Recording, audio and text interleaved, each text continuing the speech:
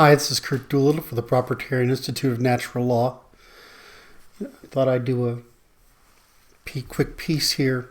The purpose of philosophers, if in assuming we're pursuing the truth, for making that presumption, is to integrate new knowledge into existing knowledge, and through this balance of analysis or decomposition and synthesis or reconstruction, to resynthesize our paradigm. In other words, the story we tell ourselves that unites our understanding of the world. In other words, the paradigm that makes commensurable our understanding of the world, so that increasingly mirrors the laws of the universe. Well, but the reason we do this is because we reorganize or recreate these paradigms is because we seek opportunities to satisfy the demand for people to acquire. I mean, that's what human algorithm is. It's acquisition. We might call that acquisition of security, or acquisition of safety, or acquisition of experience, or acquisition of consumption, or acquisition of capital, or associations and friends and family. Whatever it is, we're seeking to acquire some sort of capital asset that benefits us in life. And so when we use philosophy for any political statement, we're really trying to produce rewards. So now some of those rewards are cheap, and some of them are expensive. Truth before face, or a high trust society like we have in the West, that's incredibly expensive. Having working with realism, naturalism, and the sciences, well, that's expensive too. The Western civilization is emotionally, psychologically, and physically costly. It's most correspondent with the natural world, so we Europeans seek the least deviation from the natural world. This is how we get our extraordinary rates of growth and our relative quality of life that it seems most of the world envies, or at least demonstrates they envy by trying to copy it or achieve it or come to it. Well, those are statements of acquisition, that they want those things they want to acquire those things. So political action, is just like personal philosophy. Theoretically, personal philosophy is closer to religion. We're seeking mindfulness. We're trying to avoid the stress that comes from relative alienation as population increases, alienation that increases as the division of labor increases, and frankly, alienation as our value to others decreases. And so we're seeking to produce in religion the satisfaction of what I tend to call mindfulness, because that's the closest term we have. But what it's really consists of is the satisfaction of the psychological origins of social behavior that were being left behind. So that's why these things cure it, especially like those religious events, or there was religion not in the Abrahamic sense, but in the traditional natural religion sense, that we're just simply trying to reconfirm the fact that despite our scale, despite our hierarchy of status, that we are confirming our value, our desire to be together, and we're reconfirming our commitment to each other, and in doing so we're providing mindfulness across the spectrum. We don't think people at the top need mindfulness, but they do. People at the top just obtain it through a different kind of comfort. So in this sense, there are people who try to produce opportunities, and those opportunities to acquire, and those opportunities to acquire might be mindfulness at the what we think is the psychological level, philosophy, which is how do I act, behave, and find a path for myself in the world we live in, which would be personal philosophy, and political philosophy, which is how do we together work as a large group so that we retain enough group coherence so that we're providing acquisitive value for most. So in this problem is that there are costly and there are cheap returns. Mostly the best returns are the expensive ones, which is why that some groups produce highly costly returns like European commons, and other groups don't produce any commons at all. So in that sense, some of us seek the truth by which to identify the laws of the universe, by which to increase our correspondence with the universe, to give us increasing power over the universe, to give us increasing returns for our group so that we continue to evolve. We don't think of prosperity as evolution, but that's what it is, as long as it's productive prosperity, not parasitic prosperity. So some people seek the truth, some people seek pure pragmatism, and some people seek deceit. In other words, there's ways of obtaining mindfulness, personal philosophy, and political order by truthful means, by pragmatic means, and by deceitful means. It just so happens that that order I just gave you is from most costly to least, or most demanding that we adapt as human beings to least demanding. So the reason for deceits is to give you false promise of some gain. It might be psychological, it might be personal, it might be political, at a discount, as if there's no price of adaptation to be made. Whereas a pragmatic might say, well, we make this minor adaptation, but we're not going to take it to the extremes, and we're only going to fudge about whether this is true or false a little bit. And then there's the truth, which says, well, the process of adaptation is consistent for the past 1.5 million or 3 million years, and the process of our continuing adaptation rapidly using speech, knowledge, and technology, well, that's the reason in technology. Those things have occurred, right, continued rather rapidly, especially in European civilization. So the problem is that the cost is adaptation.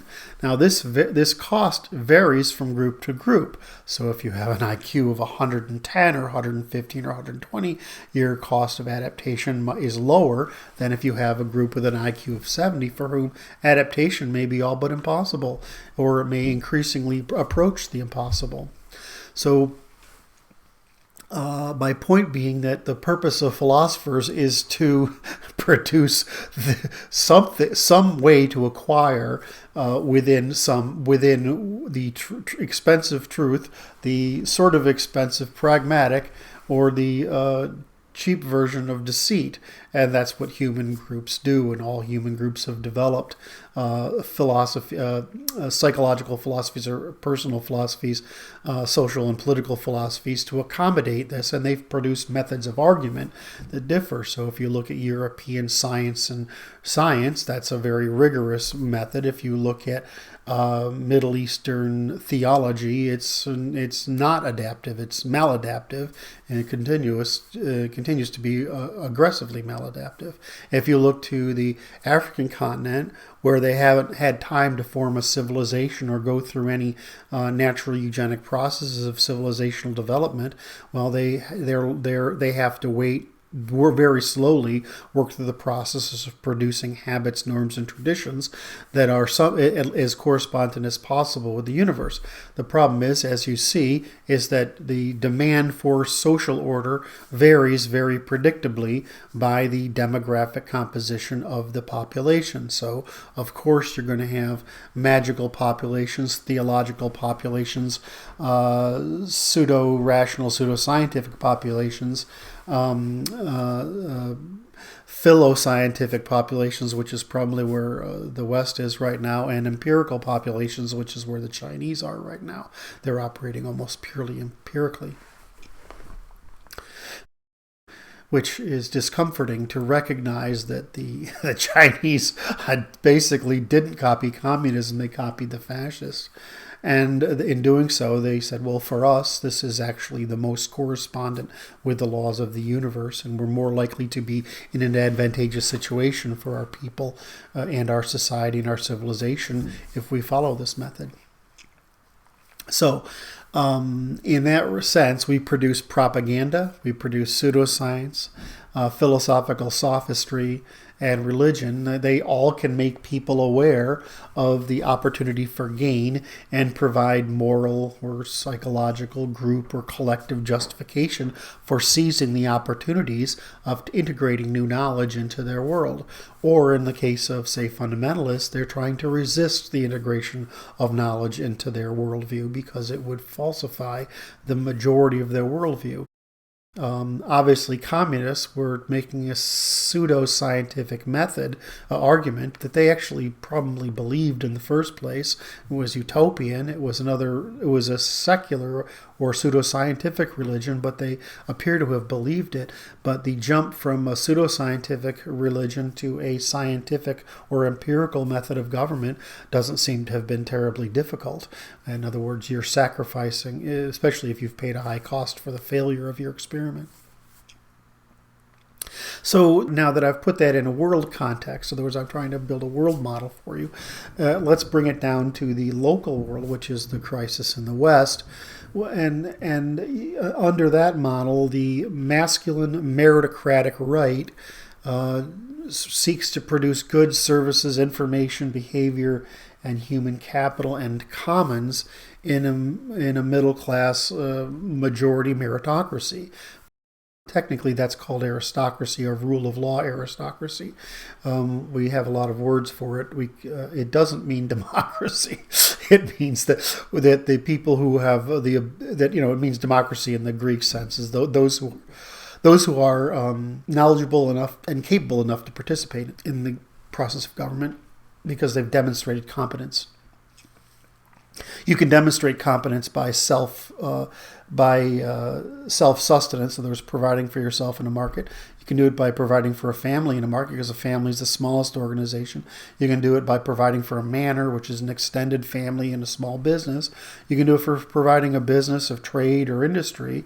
And of course, you can provide demonstrated capacity by governments of a region that survives. So you can provide demonstrated competence, but there's a point you have to ask at which point in the self-family manner, business, industry, and polity, which in that hierarchy demonstrates that you have sufficient capacity for assisting in participation. Well, I mean, it's probably the family. In other words, making a self-sustaining family is probably the minimum, because the family's the primary or the first organization that holds society together. In general, we prefer that people have businesses so they have cross-family interests. Western civilization was not organized by kinship. It was organized by commercial interest. And we don't think of politics as a commercial interest, but our ancestors did. They thought of the polity as the way a bunch of shareholders think of a corporation, and that's why the European civilization evolved rule of law, because it's not kinship or theologically based or authority-based. It's an entrepreneurial system of social and political organization, economic, social, and political organization.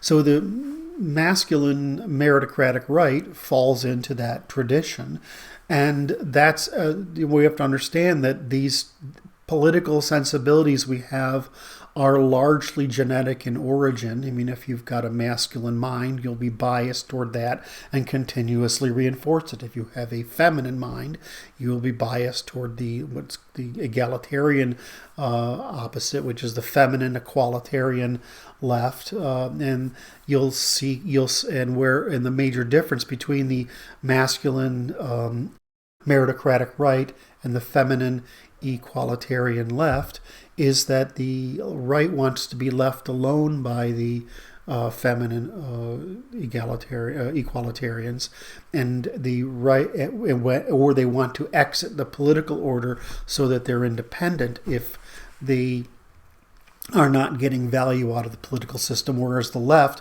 does the opposite. They demand results from the meritocratic, and they want to increase the control of the polity on behalf of the equalitarian versus the meritocratic. So this ends up being the masculine feminine writ large, and the sort of majority in the middle trying to just pragmatically get through life. But we understand that all of us have greater or lesser demands for the polity, and we want more or less inclusion depending on what our biases are. So what's the unspoken truth is that the purpose of the entire anti-Western post-war movement, in particular the Jewish pseudoscientific pre-war movement, which consisted of Marx, Freud, and Bose, Cantor, Bohr, Trotsky, etc., and of the post-war pseudoscientific movement. The number of Jewish intellectuals is too large to list. I keep a huge grid of this to show you. That they're trying to do is undermine the correspondence with the law of nature. They're trying to undermine the masculine eugenic meritocratic continuation of evolution, which leaves people behind. And the left, especially the Jewish left, because the Jews are the thought leadership for the feminine perspective in the world, they're trying to create pseudosciences and falsehoods and false promises, just like a mother does to her children in order to keep them happy and motivated. They're creating these sets of lies in order to resist and overthrow the meritocratic system and not be left behind because of their lack of their different instincts. The net result is that we don't. It's very. In other words, a philosopher's job is to put things in their greater context. So I'm trying to put things in evolutionary context and in the strategy of group evolutionary strategies, and how those strategies produce different results, and how the European group strategy has produced the most beneficial results for mankind by orders of magnitude. Well, you might say, well, I mean, it's more beneficial to be ignorant and false if you're happy and delusional. Well, that's just like saying everyone should take heroin, because religion is, the Abrahamic religions at least, are basically produce the same result. They just do it more slowly. And so it's religion, those religions produce an addiction response, which is what the behavior we see when people's religion is threatened, is they demonstrate an addiction response, and they defend their addiction like all addicts do, and they won't stop defending that addiction. So the unspoken truth is that the right is eugenic and the left is dysgenic, and that democracy can't solve this problem. In other words, like I said, you try to put things in this big global history. You put it into the original origin of our differences in moral sensitivities, which is the female-male divide. You put it in context of the demographic demand for different social and political orders, given their what's really turns out to be nothing more than their IQ, average IQ, and then you look at, well, what kind of stories are being told in order to advance either one strategy or the other, which there are only so many civilizational strategies, and humans are pursuing all of them, and their civilizational strategies are in an obvious hierarchy. And so that when you get to my job is to explain this in its global context. So the global context is that when we were before the agrarian revolution, we had speciated. In other words, the difference between a European and an East Asian today, which is more, at least phenotype, in other words, by our expression, how we look, phenotypically fairly large, was the same for all regional groups. We were pretty large. The agrarian expansion and the Indo-European expansion caused hybridization, just as the Chinese expansion caused hybridization of their groups. So that's why we see the four major races, the Africans, the South Eurasians, the Europeans, and the East Asians, and all these hybrid races that are intermixtures between them, where those intermixtures happen because of the various hybridization events that were caused by agrarian production. Now, the problem is that under agrarian production, we have a lot of very similar interests. Our interest is in the evolution of the family and property mirrors the evolution of the means of production. So we're very individualistic right now, and that's because, of course, the production is very individualized. But it wasn't very long ago that families owned property, not individuals, because it was the state's interest and the people's interest was in preserving the fact that you needed a body of people to run a farm. And before that, you had tribal interest, community interests, or tribal interests, or village interests. And those things spread the interest along, but larger numbers of people. And that was more ensuring for us. We felt safer. But it also meant that there was a higher friction in order to produce any advancement. So of course, in England, we get the Industrial Revolution first for a bunch of reasons, but not the least of which is that we had the most mobile population. In other words, already the most atomized population division of labor. So what am I trying to get at here? I'm trying to get to the fact that in the agrarian model, that coherence across mankind what created a similar interest of compromise between the masculine and feminine. And we got marriage out of it. We got what we think of as the traditional societies out of it. And we think this is a universal because our history only goes back that far. But that's not really true. I mean, that's just a period in time where human organizations were similar. If you go to, then the Europeans come along with the Age of Sail and they reunite the races. So not only did we have a hybridization event with agrarianism, we had where the movement between groups was possible, but it was slow. We had a globalization event, which caused a macro hybridization event. And it's a little bit genetic, but it's mostly conceptual and technological. So that hybridization event has happened. But this hybridization event has done what we've seen in Scandinavia, which is the more opportunity people have to pursue their interests, the more they pursue their genetic interests. In other words, people's interests don't merge, they separate. And this is what we're seeing in the world now, is that the left doesn't see any reason why we need to maintain meritocracy. And the right doesn't see any reason why we should give up meritocracy and the quality of life that comes from it. And so we're still in this model that there's value to scale, that there's value to a large democratic order, and there just isn't. There's only two, and this is obvious with China, there's only two values to scale: debt expansion and the ability to use debt expansion for military power. But otherwise, those two things, which are only valuable really in warfare, but we're doing that in an age of nuclear weapons where it's all but impractical to conduct real warfare against each other, because if it's other than constrained to control of shipping or defense of our assets or allies, that nuclear war is essentially suicide. So with all these factors, we're in the situation where the left wants to go its way and the right wants to go its way, and we're living this illusion that there's any value in trying to remain integrated, and there really isn't. So the end of the agrarian period is an end to the agrarian economic, social, political, and military order. The Europeans reunited the world, and fortunately or not, the races and civilizations, while still in that agrarian order, but we no longer have the common interests we had under the agrarian order, and really everything's up for grabs. And just like we see, and again in the Scandinavian countries, that the more more egalitarian opportunity we have, the more we go to our genetic instincts, male and female.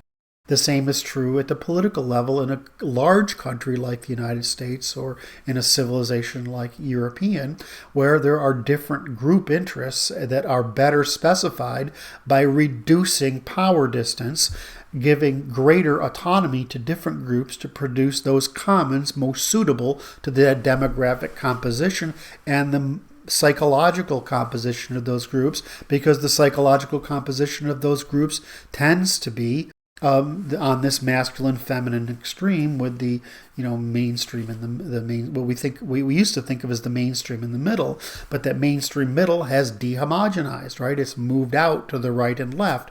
So that's what we're seeing. We're seeing re-speciation at the global scale, and Europeans are the most dynamic, and we have the highest quality of life, so we have the most opportunity to change. So we're generating demand for re-speciation.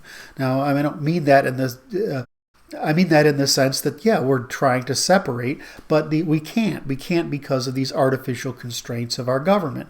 Despite the fact that Western civilization evolved as a lot of petty princedoms, and the nation state was just more of an effort to get rid of the church than anything, the church and the corruption of the church, and getting rid of the old aristocracy, which was also parasitic, because there wasn't any real difference between the aristocracy and the church.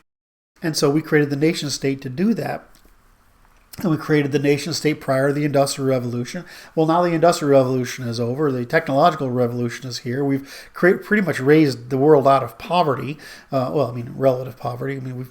We're raising the world so fast out of poverty. It's something we never expected. So we're just in a situation where there's political demand for separation, because separation allows us to lower power distance, sort ourselves into groups with common interests, and re-begin the process of speciation, which is the natural order that humans have followed throughout our history. And groups with some biases group this way and some that go this way, and that's just how it happens. Now, we can fight this particular order, or we can satisfy it. We can understand that the agrarian age is over, that the age of endemic poverty is probably over, that our primary problem today is fat people and overpopulation. And that instead, we have people who have two different psychological, moral, and reproductive interests, and that really does separate along the sort of spectrum of left and right. So the easy answer, of course, is that we're seeing the market restoration of the market demand for re-speciation, and the only way to solve it is to separate and continue to speciate, or war. Now we can this reverses the Jewish, largely Jewish, what's called cosmopolitan or feminine, because the Jews are the feminine, the intellectuals of the feminine group strategy. They want to this reverses their promise of the one world order that's female, Semitic, authoritarian, and equalitarian. But that doesn't prevent those groups from going into groups where they are. They have that available to them. It just prevents them from saying, well, we want the whole world to be this way, as an authoritarian method. So conservatives are libertarian. They're happy to say we can separate and go this way. But leftists aren't. They're authoritarian because they live in a world of fear of being left behind. So the only way to solve this is really to separate and continue to re-speciate, reversing that promise of the one world, and that will help us get over the present crisis, which is the second destruction of Western civilization, repeating the Jewish and Muslim destruction of all civilizations of the ancient world, bringing their egalitarian false promise, their lies, their theological, pseudoscientific, and sophistry lies that are counter and non-correspondent to the laws of nature, to bring that cancer to the West and expand it so that they can, under this delusion they have, because it's a genetic intuition. It's not just a cultural belief. They really feel the need for this feminine egalitarian order. which is okay if you have your own children, right? I mean, you want that, or if you're in a tribe, but it doesn't scale up to the levels. So so the natural consequence is to prevent the destruction of civilizations, just like the Chinese have taken up the arms. They're going to prevent the destruction of Chinese civilization by Islam, and it looks like India is taking up the defense against Islamic destruction of civilization. France may be gone by now, but you see some authority, so at least the military in France and Germany, understanding that this has to be reversed, and you certainly see us in the rest of the West understanding. Of course, Eastern Europe doesn't have any qualms about it at all. They understand perfectly. And then the Anglo world, we have to get over our saturation with it. But the problem is we're the people that got closest to the Jewish level of thinking, because the Jews came here to expand to use the Western world especially the English-speaking world, as the base of their propaganda efforts to bring about the feminine social order. So really, from the right's perspective, we can understand and appreciate that the left may want to produce an order that's more suitable to them, that's more redistributive, because fundamentally they're less productive. But we will also understand the right has the desire to protect not only themselves and their future, but basically to protect civilization, and because Western civilization is so adaptive, to protect mankind from the Jewish and feminine and Muslim destruction of the modern world. So we had the Jewish and Christian destruction of the ancient world, meaning the Roman civilization. We had the Muslim destruction of North Africa, Egypt, the Levant, Mesopotamia, Persia, Northwest India, the Anatolians, the Greeks, and southeastern, the Balkans, and of course they tried Spain. We got them out, and unfortunately we're going to have to either do the equivalent of that again, is to eliminate these particular cancers from mankind, because if only the Chinese are left, they're the only ones remaining who understand this, and they will by doing this make vast leaps ahead of us, which is okay, but some of us are more indebted to our ancestors and our tribe and our civilization, because we understand the great value that has come to our civilization because of it. So anyway, my point here was that we're at the broad cycle, as a philosopher's job is to do what I'm doing here, which is to take in new information, to put it in the longest possible context, to pursue truth so that we're increasing correspondence with the laws of the universe, and to obtain value for our people in doing so. Well, the value to be obtained that doesn't include having another civil war or world war is to separate, just like in the European tradition, into smaller states, as the America was designed. America was designed to follow the English rule, but English rule was a part of Germanic civilization, and Germanic civilization consisted of many small princedoms or states. So we have a long European history of producing low power distance, highly customized social and political orders that suit the needs of the local demographic, given the local geography, etc. So that would be my particular suggestion. Of course, that's what I've suggested. I said the Constitution allows for this. The pursuit of the westward expansion after the Louisiana Purchase, of course, broke this tradition because they needed to fill the population. Agreed at the turn of the century with importing Europeans so that we could take advantage of the Industrial Revolution to continue populating the West. Well, that all worked out. I understand why that was a motivation at the time. But the structure of European civilization is to produce markets, which is markets for polities, and this allows polities to have low power distance, high reciprocity within those small states. I mean, that's why the Northern Europeans are what they are.